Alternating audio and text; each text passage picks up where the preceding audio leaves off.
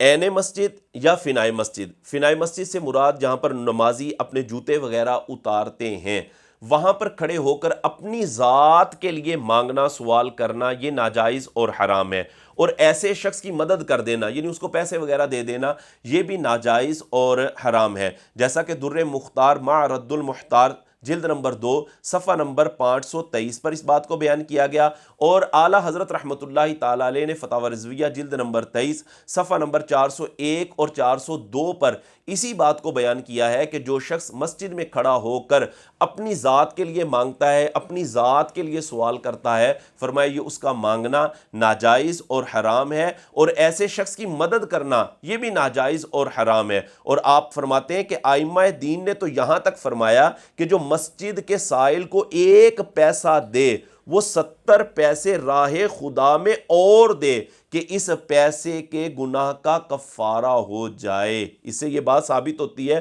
کہ جو شخص مسجد میں کھڑا ہو کر اپنی ذات کے لیے مانگ رہا ہے، اپنی ذات کے لیے سوال کر رہا ہے، تو اس کو دینا یہ بھی ناجائز اور حرام ہے۔ ہاں، اگر کوئی شخص کسی دوسرے محتاج شخص کی مدد کے حوالے سے کہتا ہے، یا مسجد کے لیے چندہ کرتا ہے، یا مدرسے کے لیے چندہ کرتا ہے، تو ایسا شخص اگر وہ اس طرح مسجد میں کھڑا ہو کر سوال کر رہا ہے یا لوگوں کو ترغیب دلا رہا ہے، اور اس سے نمازیوں کی نماز میں خلل نہیں آ رہا، اس نے نمازیوں کی گردنیں نہیں پھلانگی، مسجد میں شور و غل نہیں ہو رہا، تو اس طرح دوسرے محتاج شخص کی مدد کے حوالے سے کہنا، یا مسجد کے لیے چندہ کرنا، یا مدرسے کے لیے چندہ کرنا، یہ بالکل جائز ہے، ایسا کیا جا سکتا ہے۔ لیکن اپنی ذات کے لیے مسجد میں کھڑے ہو کر سوال کرنا یہ بالکل ناجائز اور حرام ہے، اور ایسے شخص کو دینا یہ بھی ناجائز اور حرام ہے۔